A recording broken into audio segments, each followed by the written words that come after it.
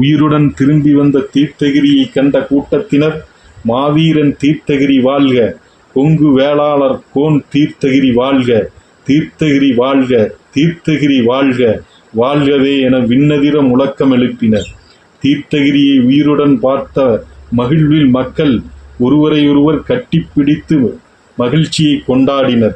மகிழ்ச்சியை திசை திருப்புவது போல் இன்னொரு செயல் ஒன்று நடைபெற்றது.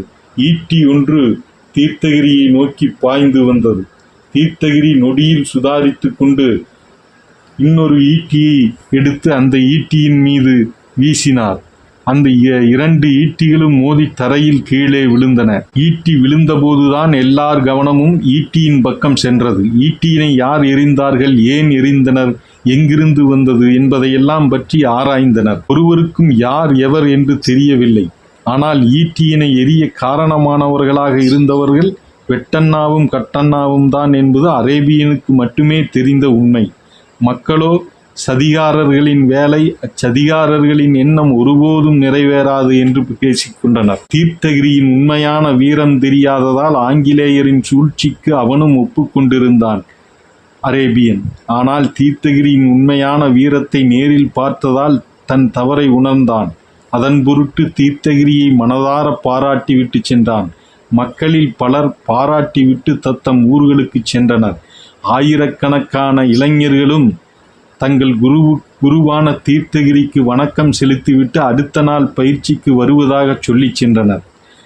குட்டிச்சாமியின் திருமணத்திற்காக வந்திருந்த உற்றார் உறவினர்கள் பல்வேறு சடங்குகளை செய்ய வேண்டியிருந்ததால் காத்திருந்தனர். அந்த நாளில் தீர்த்தகிரி காலை கடன்களை எல்லாம் முடித்துவிட்டு ஆகாரத்தை எடுத்துக்கொண்ட பின்பு தன்னுடைய ஈட்டி, வாள், குருவாள் போன்ற ஆயுதங்களுடன் புறப்பட்ட வேளையில் தன் தாயிடம், அம்மா, இளைஞர்களுக்கு பயிற்சியளித்து மாற்றானிடமிருந்து நம் நாட்டினை மீட்டிட வழிமுறைகளை கண்டு வர வேண்டியிருப்பதால் நான் சென்று வருகிறேன், விடை கொடுங்கள் என்று அனுமதி கேட்டார். தீர்த்தகிரி இன்னும் 4-5 நாட்கள் உறவினர்களோடு இருந்துவிட்டு செல்லக்கூடாதா என்று கேட்டார் தாயார்.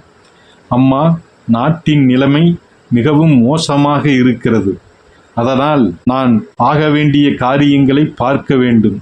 எனக்கு விடை கொடுங்கள் என்று விடைபெற்று கொண்டு கிளம்பினார். அவரோடு கிளாதர் மற்றும் பெரிய தம்பியும் அண்ணனோடு சென்று வருகிறோம் அம்மா என்று கூறிவிட்டு அவரோடு வந்தனர். புழுதி காற்றில் வெயிலில் சென்று கொண்டிருந்தவர்கள் நண்பகல் வருவதற்கும் வீரையன் மலை குளத்தினை எட்டுவதற்கும் சரியாக இருக்கவே அங்கிருந்த மரநிலையில் ஓய்வெடுத்தனர். தீர்த்தகிரி வீரையன் மலையில் தங்கியிருக்கும்